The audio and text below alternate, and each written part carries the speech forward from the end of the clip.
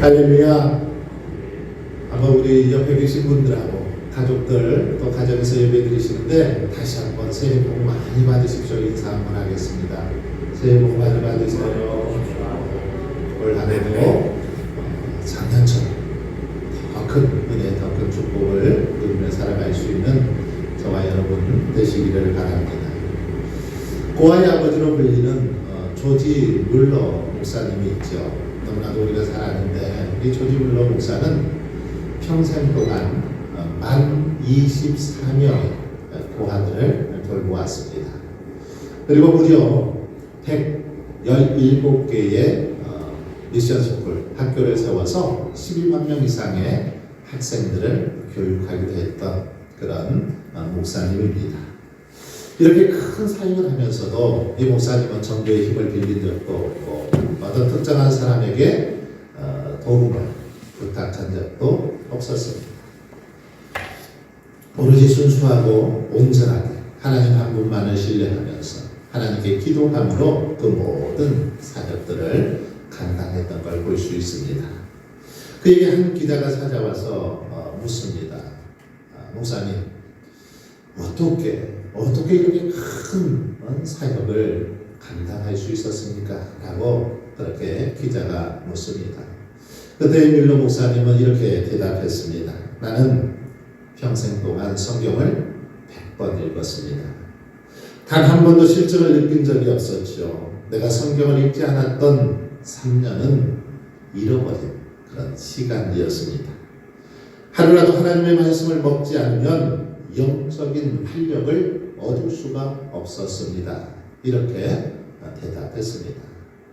밀러 목사님의 이 대답 속에서 그의 사역의 그 원동력 그리고 헌신의 초석이 무엇이었는지를 우리는 잘 알 수 있습니다.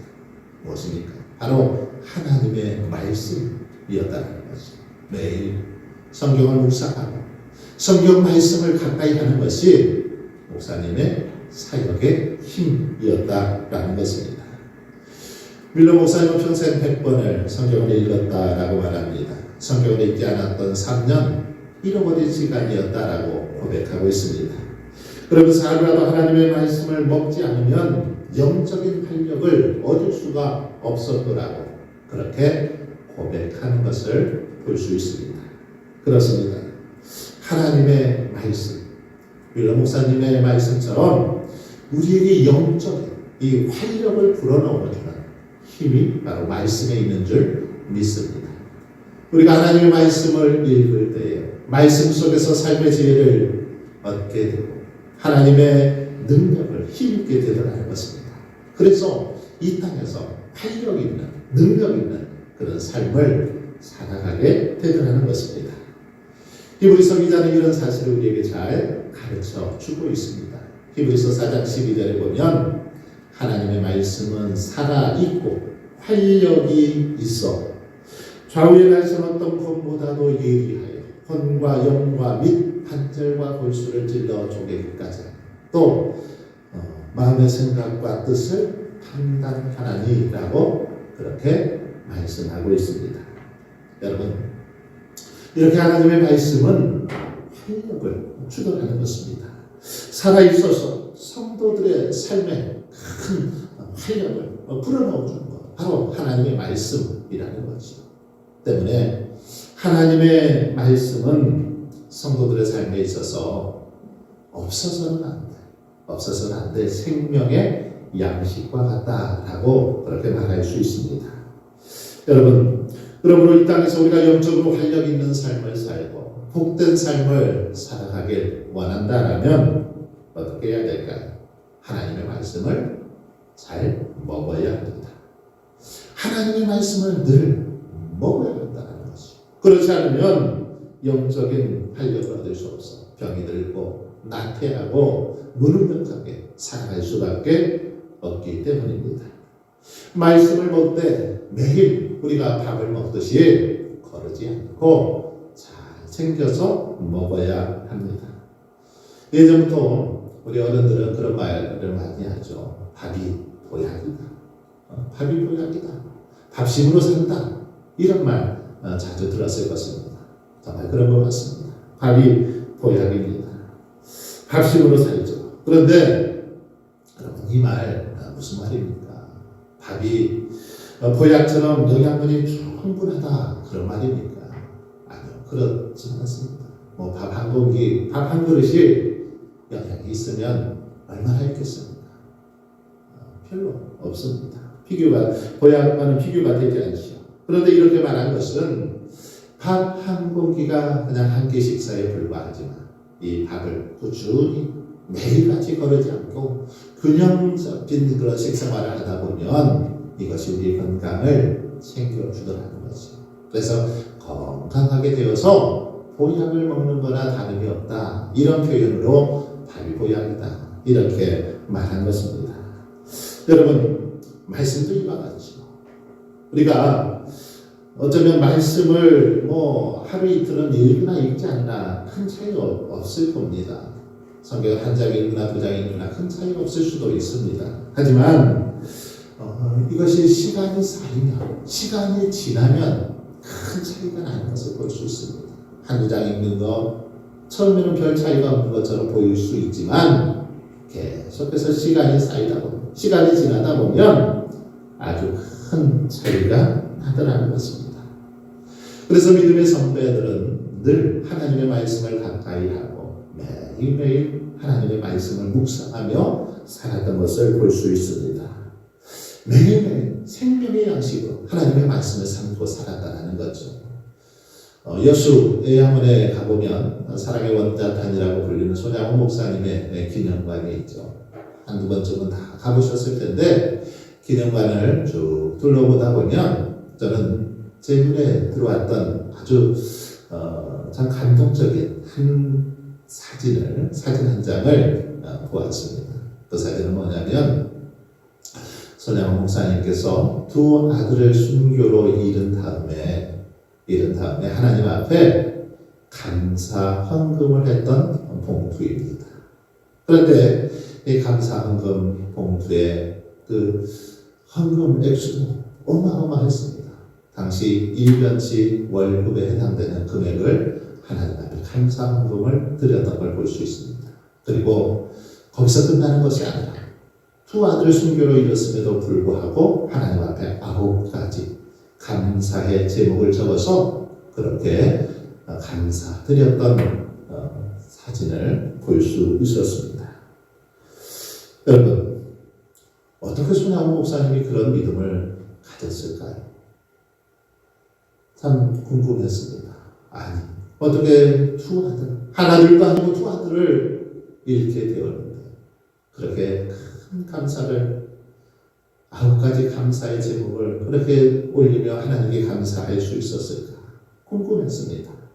그런데 저는 손양호 목사님의 기념비에 새겨진 비문을 보면서 이해가 되었습니다. 손양호 목사님 비문에 이런 글이 쓰여져 있습니다. 그의 생일은 중생한 그날이었고 주소는 주님의 따뜻한 품속이었다. 그는 기도로 호흡을 하시고 성경으로 양식을 삼으시고 전도로 이를 삼으셨다. 그의 신앙은 십자가와 천국이었고 생활은 희생의 제물이었다. 손양호 목사님은 기도가 호흡이었고 성경이 양식이었습니다. 날마다 기도하셨고 성경으로 양식을 삼아 그렇게 생활하다 보니 늘 전도할 수 있었다는 것입니다. 십자가와 천국의 신앙으로 희생의 삶을 살아갈 수 있었다라는 거죠. 여러분, 바라기는 저와 여러분도 세계에는 정말 손양호 목사님과 같은 이런 믿음의 삶을 살아갈 수 있기를 바랍니다. 도저히 감사할 수 없는 상황 속에서도 감사하고 사랑할 수 없는 상황 속에서도 사랑할 수 있는 저와 여러분 될 수 있기를 바랍니다. 하나님의 기쁨이 되고 많은 사람들에게 사랑과 존경을 받으시길 간절히 소망합니다. 그러면 여러분 그러기 위해서는 어떻게 해야 될까요? 바로 손양호 목사님처럼 날마다 성경을 묵상하고 성경으로 양식을 삼아야 될 줄 믿습니다. 매일매일 우리 영혼의 양식인 하나님의 말씀을 읽고 듣고 보고 쓰고 지키며 살아갈 때 손양호 목사님처럼 우리가 그런 믿음의 삶을 살아갈 수 있다는 것입니다. 오늘 본문 3절을 보세요. 이 예언의 말씀을 읽는 자와 듣는 자와 그 가운데 기록한 것을 지키는 자는 복이 있나니 때가 가까우다. 그렇습니다. 말씀을 읽는 자, 듣는 자, 지키는 자가 복이 있다. 그렇게 분명하게 말씀하고 있습니다. 여러분, 우리가 잘 아는 것처럼 요한계시록은 도미티아누스 황제 때 주후 95년을 정의해서 반모섬에서 유배 생활을 하던 사도 요한에 의해서 쓰여진 성경이 바로 요한계시록입니다. 이때는 기독교에 대한 로마 정부의 아주 대대적인 그런 박해가 본격화되던 그런 시기였죠. 이전까지의 박해와는 사뭇 다른 그런 박해였습니다. 그리스도인들을 방화범으로 몰아서 박해했던 네로 황제의 박해 때와는 차원이 달랐습니다. 네로 황제의 박해도 아주 잔혹한 박해였죠. 너무너무 잔혹하고 끔찍한 그런 박해였지만 여기에 비하면 지금 계시록이 쓰여질 당시의 박해는 더 잔혹한, 더 큰 박해였다는 것입니다. 네로 황제 때의 박해가 극히 개인적이고 아주 지역적인 그런 박해였다라고 한다면 도미티아누스 황제의 박해는 네로 황제의 박해와는 비교할 수 없었습니다. 더 광범위했습니다. 그리고 더 정말 끔찍한 그런 박해였죠. 황제가 공식적으로 박해하도록 칙령을 선포합니다. 그래서 로마 제국 전역에서 모든 성도들에게 가해진 극심한 바로 박해 때가 이때였습니다. 바로 이때 소망을 잃어버린 성도들을 위로하고 권면하고 견고하게 그들을 세우기 위해서 소아시아 일곱교회에 보내진 회람 형식의 바로 서신서가 요한계시록임을 알 수 있습니다. 오늘 본문의 1절과 3절은 머릿말이죠.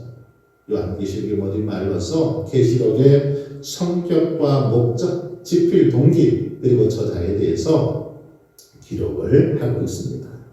첫 문장의 1절을 보십시오. 예수 그리스도의 계시라 이는 하나님이 그에게 주사 이렇게 시작을 하고 있습니다.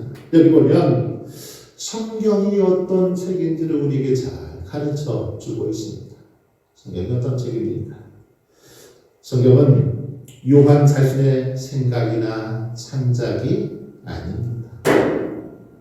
요한의 생각이나 창작이 아니라 바로 예수 그리스도의 계시임을 분명하게 말씀하고 있습니다. 예수 그리스도의 계시라. 하나님께서 주신 예수 그리스도의 계시다라고 밝히고 있습니다. 그렇습니다. 성경은 저자들의 생각이나 개인의 감정, 개인의 상상력을 통해서 쓰여진 게 아니라는 것입니다.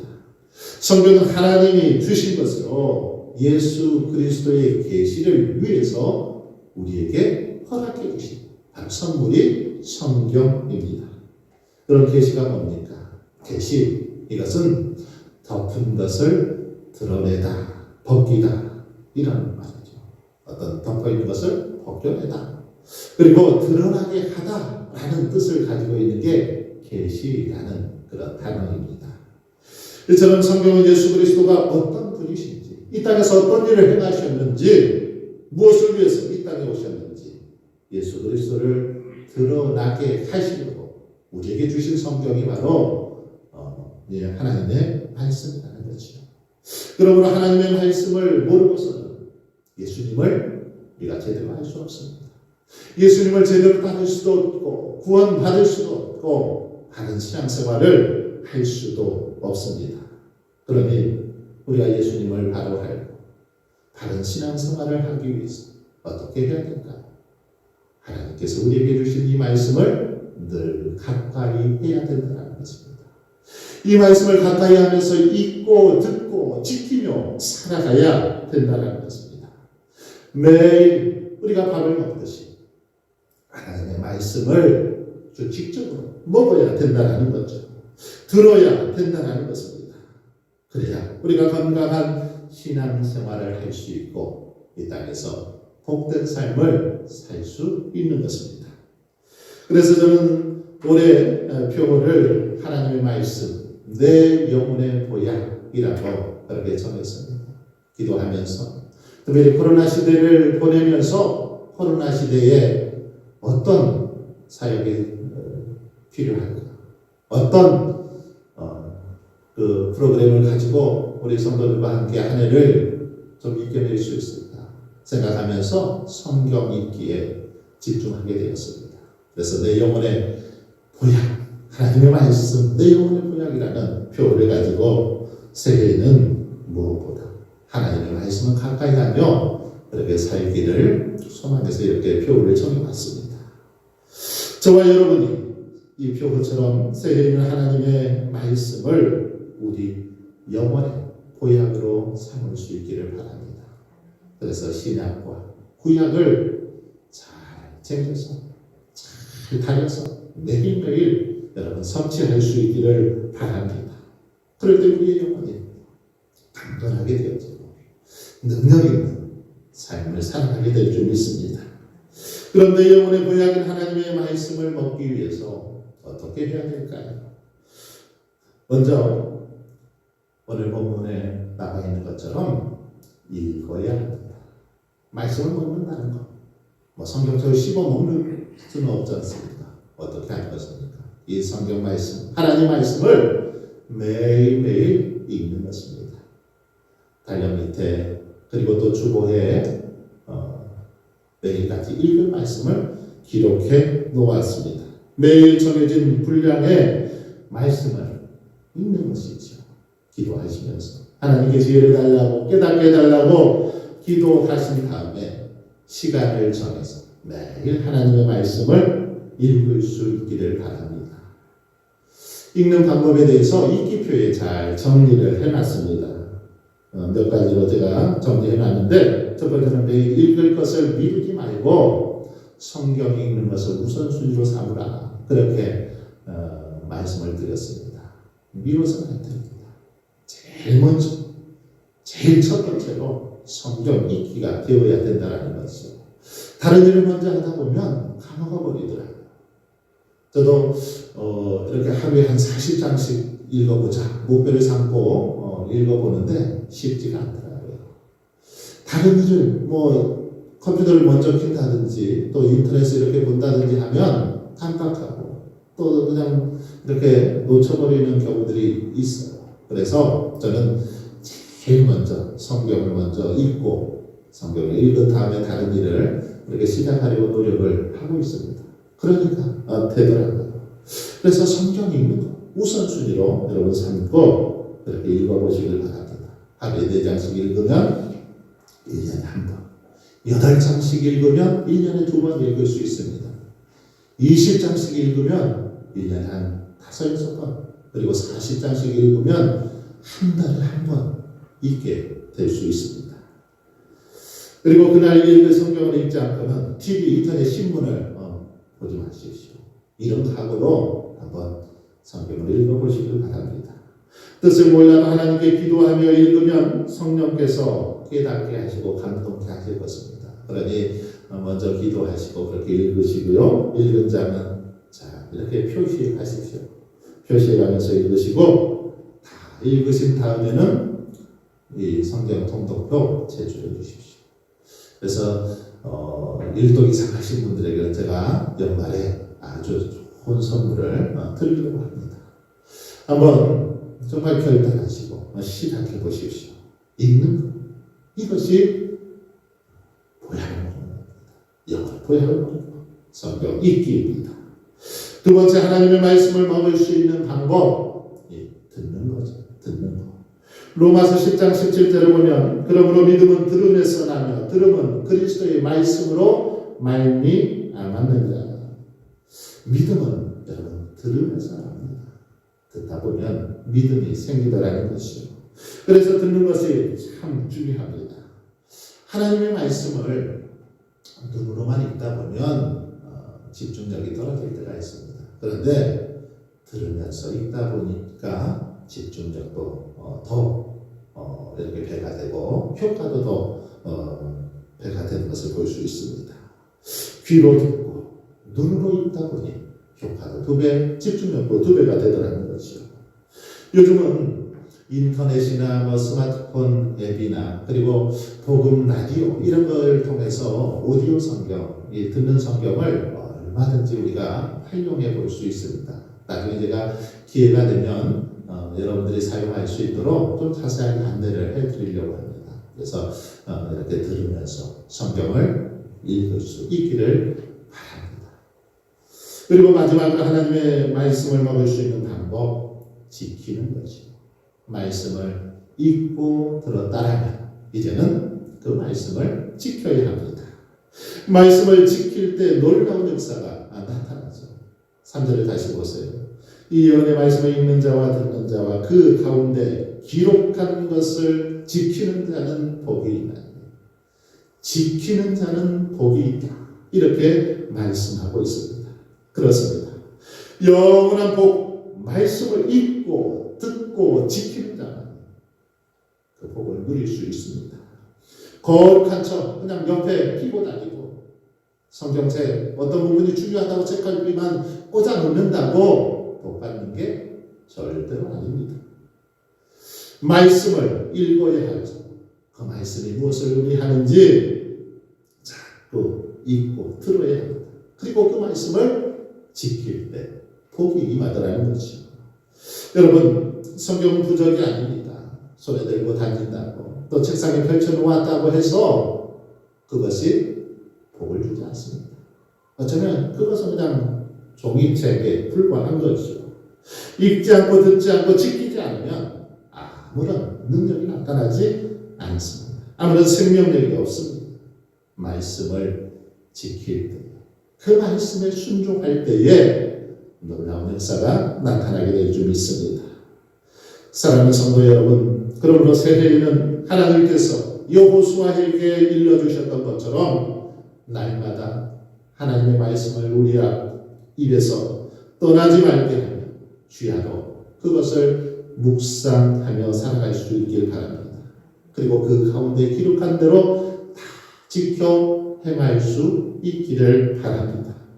그래서 하나님의 말씀이 우리 영혼의 보약이 되어서 더 강건하고 정말 복된 삶을 살아가시는 저와 여러분 모두가 될 수 있기를 주님의 이름으로 축원합니다.